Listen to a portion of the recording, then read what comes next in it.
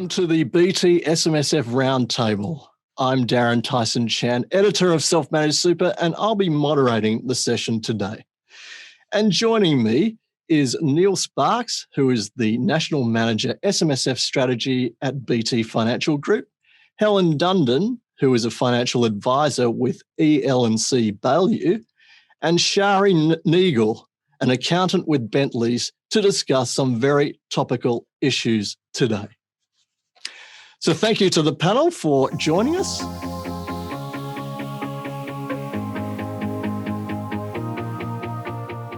We're going to actually start by having a look at how SMSFs are perceived and how this perception might be about to change. SMSFs have traditionally been regarded by many as more appropriate for clients with higher superannuation balances. In fact, a few years ago, the Productivity Commission suggested SMSFs were not viable unless the trustees had an asset balance of $1 million or over. Now, that number was revised in the end to reflect $500,000 or over. However, Rice Warner research performed late last year found SMSFs can be a cost-effective solution for people with super balances of $200,000 and upwards. In other words, SMSFs with asset balances of $200,000 or more were cost competitive with industry and retail superannuation funds.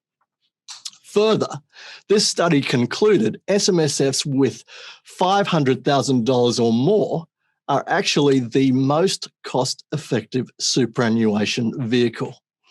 This dispels a lot of the myths that have been discussed up until now.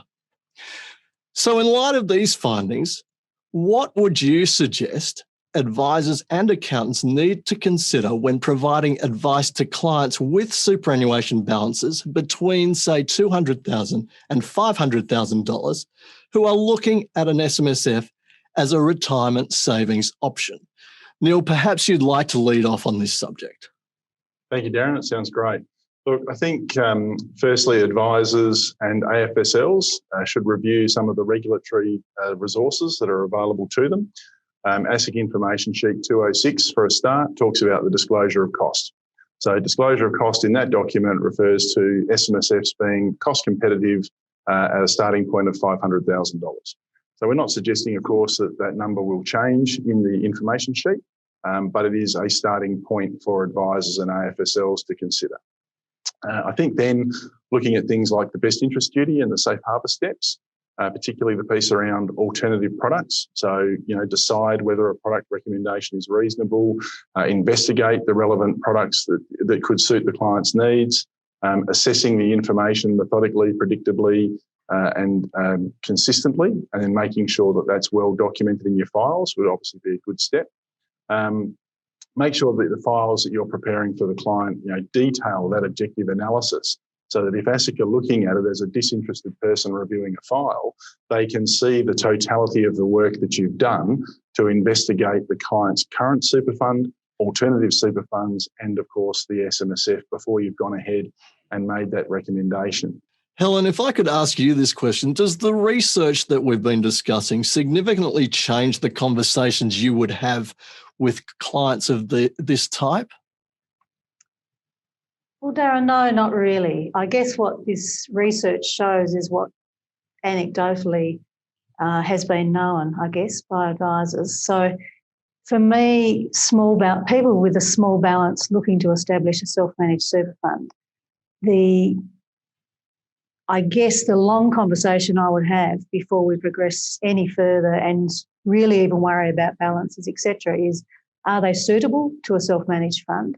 Have they been talking to their friend who's in a very different financial situation, who has one, who said this is the best thing ever and you need one? And it almost becomes, oh, you're still in a industry fund or a retail fund, but if you wanted the gold label, it's the self-managed super fund. And so we need to flesh through and make sure that they really understand what it is they're putting themselves up for, because they are now trustees. They're not outsourcing that to a a trustee of a fund. They are the trustees. They do have obligations. I have seen a number of people start with 125, 150,000, and I always talk to my clients' accountants, and we together discuss, is this appropriate? Because clearly the numbers suggest not, and even at 200,000, the numbers suggest not. And so then we needed to talk with the client. So it would be the three of us talking together, making sure this is a low balance. This is going to cost you more in the outset. You are paying more than you need to pay at this point in time, but why are you doing it? Is it because you have got a lot of contributions coming in and you are a person who really wants to take control of where that money will be invested? Or, as Neil alluded to, there may be an investment that is something that is time critical. We can't do it in a retail fund. We would like to take advantage of this particular investment, whatever it is, an IPO, for example, and we need to have the self-managed fund established for that purpose. And the intention is, and always when we're discussing this with clients, the intention must be to be contributing to this fund at the maximum levels that you can to build it up, and within 2 to 3 years be out of that bottom grade level. So I'm not surprised by that.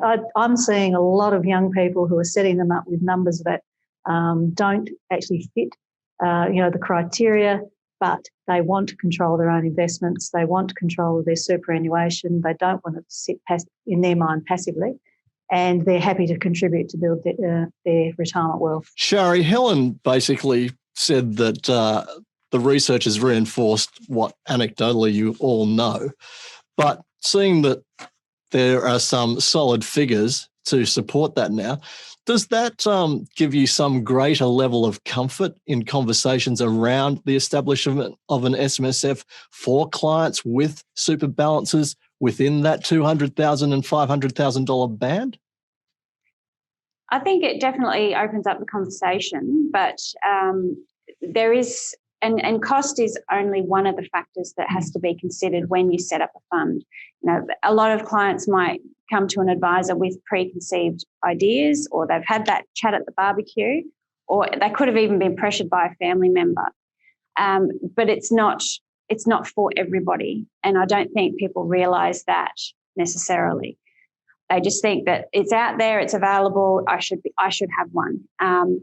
In the past, it has been seen as a status symbol. The cost of running a self-managed super fund, and also the cost of winding it up, because a lot of people go into these structures without considering that it actually has a life cycle and what happens when you get to the end. And that end might be sooner than end of life, or it might be as a result of divorce, or it just all gets too hard. So those things are just as important when someone's going into a self-managed super fund, not just the cost. So I think that the cost research that was done will definitely open up opportunities for advisors, but it's not going to make it categorically an answer for everyone.